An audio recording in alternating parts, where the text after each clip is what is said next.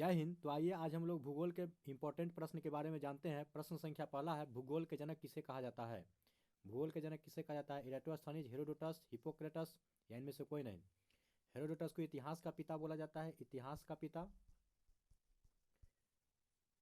Eratosthenes इसका answer हो जाएगा। इसका आंसर क्या होगा? इरेटोस्थनीज। फिर अगली प्रश्न है, सौरमंडल के बारे में विश्व के समक्ष जानकारी प्रस्तुत करने का श्रेय किस विद्वान को जाता है?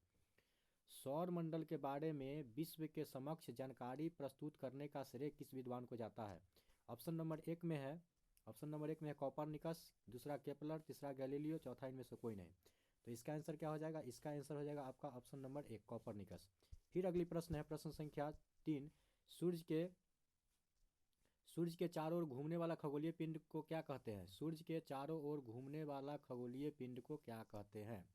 तो इसे क्या कहते हैं? ग्रह कहते हैं। सौर मंडल में कुल कितने ग्रह होते हैं? सौर मंडल में कुल कितने ग्रह होते हैं? 12, 10, 9, 8। तो सौर मंडल में कुल अभी फिलहाल 8 ग्रह है, पहले 9 ग्रह थे, एक ग्रह को हटा दिया गया। फिर अगली प्रश्न है, किसी ग्रह के चारों ओर परिक्रमा करने वाले छोटे आकाशीय पिंड को क्या कहा जाता है? मतलब कोई ग्रह के चारों ओर परिक्रमा करने वाले छोटे आकाशीय पिंड को क्या कहा जाता है? पुच्छल तारा, ग्रह, उपग्रह या इनमें से सभी।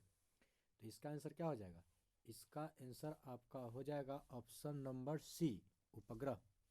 फिर अगली प्रश्न है 6 नंबर, ग्रहों के गति का नियम का प्रतिपादन किसने किया था? ग्रहों के गति के नियम का प्रतिपादन किसने किया था? केपलर, गैलीलियो, न्यूटन या इनमें से सभी। तो इसका आंसर क्या हो जाएगा? इसका आंसर हो जाएगा आपका ऑप्शन नंबर आ जाएगा आपका क्या? तो आपका ऑप्शन आ जाएगा ए, केपलर। फिर अगली प्रश्न है 7 नंबर, नार्वे में अर्धरात्रि के समय सूर्य कब दिखाई देता है? नार्वे में अर्धरात्रि के समय नार्वे में अर्धरात्रि के समय सूर्य कब दिखाई देता है? 12 अगस्त, 21 जून, 21 जुलाई या 21 मार्च।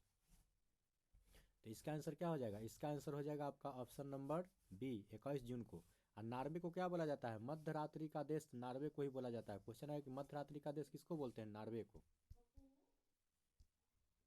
अगली प्रश्न है, सौरमंडल का खोज किसने किया था? सौरमंडल का खोज किसने किया था? कोपरनिकस, आर्यभट्ट, कार्ल लिटर, केपलर।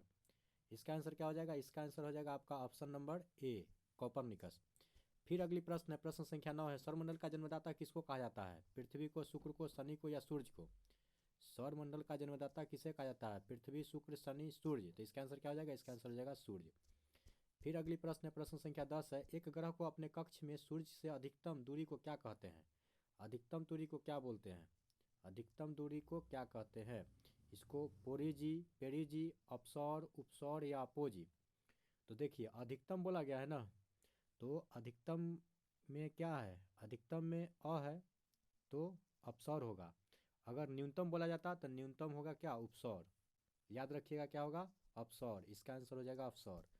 प्रश्न संख्या 10वां है, ब्रह्मांड में विस्फोटी तारा क्या कहलाता है? उल्का, अभिनव, धूमकेतु या इनमें से कोई नहीं, ये सभी। तो इसका आंसर क्या हो जाएगा? इसका आंसर हो जाएगा आपका ऑप्शन नंबर बी, अभिनव तारा। ब्रह्मांड में विस्फोटी तारा को क्या कहते हैं? अभिनव तारा को विस्फोटी तारा कहते हैं। अभिनव तारा को क्या बोलते हैं? विस्फोटी तारा। प्रश्न संख्या 13 है, निम्नलिखित में से कौन एक तारा है? कौन एक तारा है? पृथ्वी, शुक्र, सूर्य, चंद्रमा। तो शुक्र को भोर का तारा, सांझ का तारा बोला जाता है। सूर्य भी, चंद्रमा एक उपग्रह है। तो इसका आंसर क्या हो जाएगा? इसका आंसर आपका हो जाएगा ऑप्शन नंबर सी, सूर्य एक क्या है? तारा है। सूर्य एक तारा है।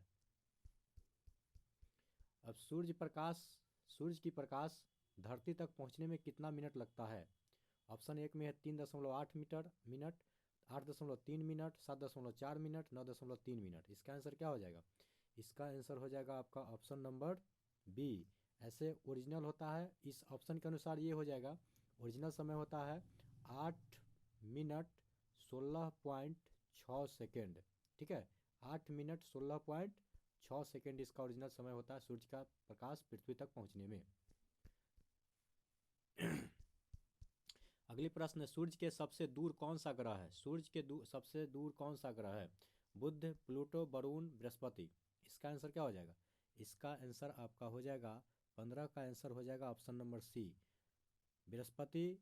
सबसे आकार में बड़ा ग्रह है, लेकिन सबसे उपग्रह वाला, सबसे अधिक उपग्रह वाला ग्रह की नाम आएगा तो आ जाएगा शनि, शनि आ जाएगा। इसे पीला ग्रह भी बोलते हैं बृहस्पति को। प्लूटो था, उसको निकाल दिया गया। कौन सा ग्रह सूर्य के सबसे निकट है? प्लूटो, बुध, प्लूटो, बृहस्पति, शुक्र। प्लूटो को निकाल दिया गया बौना ग्रह के समझ के। इसका आंसर क्या हो जाएगा? इसका आंसर हो जाएगा आपका ऑप्शन नंबर 1 बुध। शुक्र को भोर का तारा, शाम का तारा कहा जाता है और ये सबसे चमकीला ग्रह भी है। किस ग्रह में चंद्रमा की तरह कलाएं होती है? मंगल, मंगल, शनि, बुध, बृहस्पति। इसका आंसर क्या हो जाएगा? इसका आंसर आपका हो जाएगा ऑप्शन नंबर सी बुध। ऑप्शन नंबर सी बुध हो जाएगा। बुध सूर्य के सबसे नज़दीकी ग्रह है। बुध सूर्य का एक चक्कर लगाने में कितना समय लेता है? बुध सूर्य का एक चक्कर लगाने में कितना समय लेता है? 90 दिन, 88 दिन, 75 दिन, 87 दिन। इसका आंसर क्या हो जाएगा? इसका आंसर हो जाएगा आपका ऑप्शन नंबर बी 88 दिन। अगली प्रश्न है, सौरमंडल का अत्यधिक तीव्र ग्रह कौन है? मंगल, शनि, शुक्र, बुध। मंगल, शनि, शुक्र, बुध। तो इसका आंसर क्या हो जाएगा?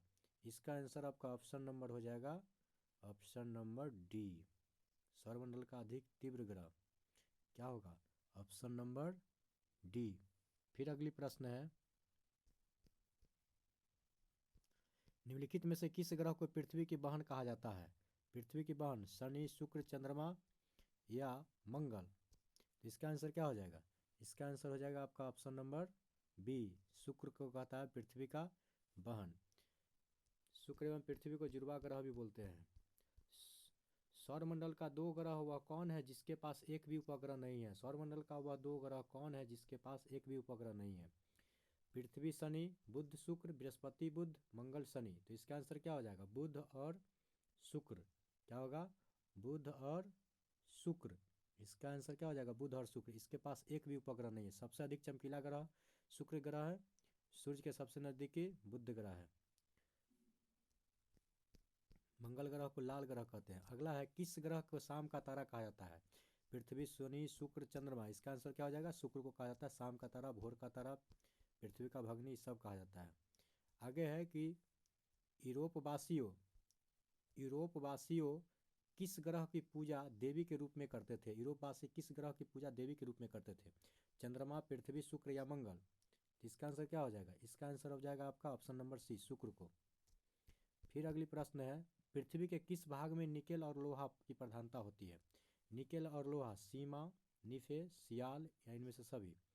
तो देखिए, सीमा है ना, तो सीमा का मतलब क्या हुआ? सिलिकॉन, सिलिकॉन और मैग्नीशियम, ठीक है। और निफे का मतलब क्या हुआ? निकेल और एफी से फेरा, मतलब क्या? लोहा। अर्थात इसका आंसर क्या हो जाएगा? B number. फिर अगली प्रश्न है, भूपृष्ठ किस तरह में किस परत में बैसाल्ट चट्टानों भूपृष्ठ की किस परत में बैसाल्ट चट्टानों की आवश्यकता होती है? निफेस, सीमा, सियाल या ये सभी। तो इसका आंसर क्या हो जाएगा? इसका आपका आंसर हो जाएगा ऑप्शन नंबर बी, सीमा।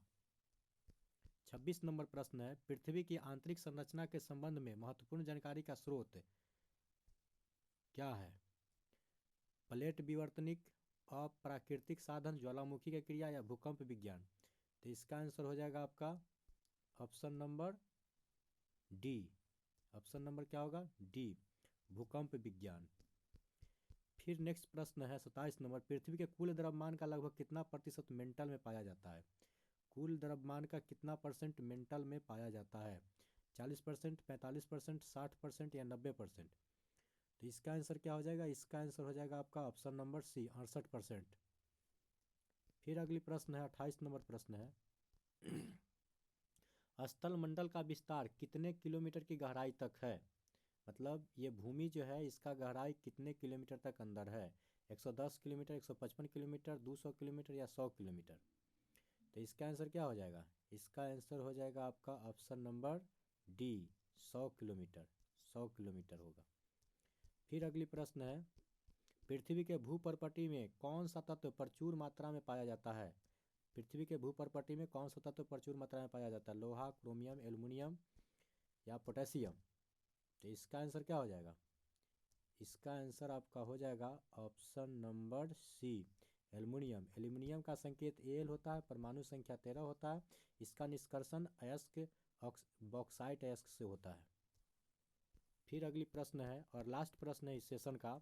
पृथ्वी के धरातल के कितने प्रतिशत भाग पर महाद्वीप का विस्तार पाया जाता है? 30.1, 28.4, 29.2 और 38.7। तो इसका आंसर क्या हो जाएगा? इसका आंसर हो जाएगा आपका ऑप्शन नंबर सी, 29.2। इसी के साथ इस वीडियो को समाप्त करते हैं। अगर आपको यह वीडियो अच्छा लग रहा है तो सब्सक्राइब, लाइक और शेयर सभी कीजिए। इसी के साथ वीडियो को अंत करते हैं। जय हिंद।